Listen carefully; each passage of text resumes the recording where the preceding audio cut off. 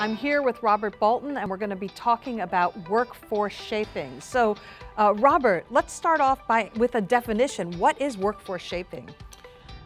In a nutshell, workforce shaping is looking at future business scenarios, trying to take into account the impact of things like artificial intelligence, digital disruption, but also business strategies, and then looking at what they might be in the future and translating those into then the people implications, and then bring that back to the present day in terms of what does it mean in terms of shifts in skills, capabilities, numbers, types, organisation of the workforce.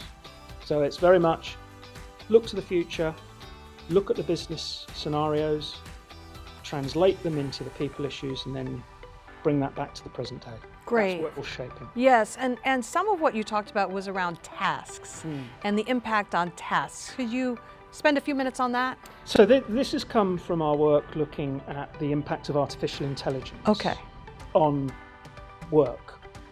And it's quite clear that although you see these statistics in newspapers about jobs disappearing or jobs being created, really the big immediate impact of artificial intelligence is at the level of tasks.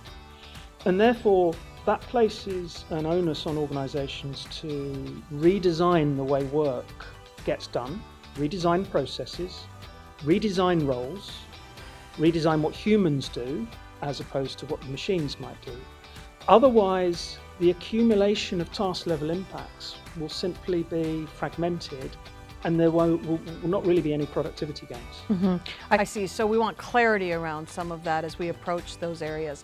Now, shifting to the shaping conversation we just had, you talked about destinations. Is it just one destination? How do we think about workforce changes? Well, that's very important. Okay. Every time we've worked with a client on workforce shaping, we've looked at a number of business scenarios. Now, obviously, you can't. Working with 10 business scenarios is like, that's just too much.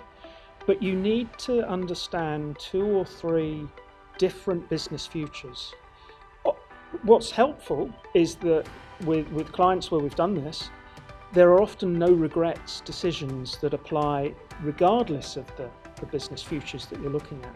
But you do need to look at not only the future that might be seen as the most preferable, but you have to look at other probable futures and perhaps less predictable futures.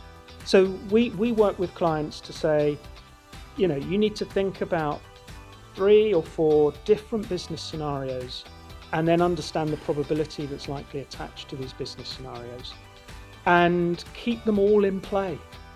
This is the key thing about workforce shaping. You may in time get rid of one scenario, start up another one, but keep that dynamic, the possibilities, the what-ifs alive. And that's why workforce shaping, we argue, is a new discipline and it's a continuous activity. Right, so it's not just one destination, it's a continuous iterative process. Yes. Perfect. Well, thank you so much. And that's the state of play on workforce shaping.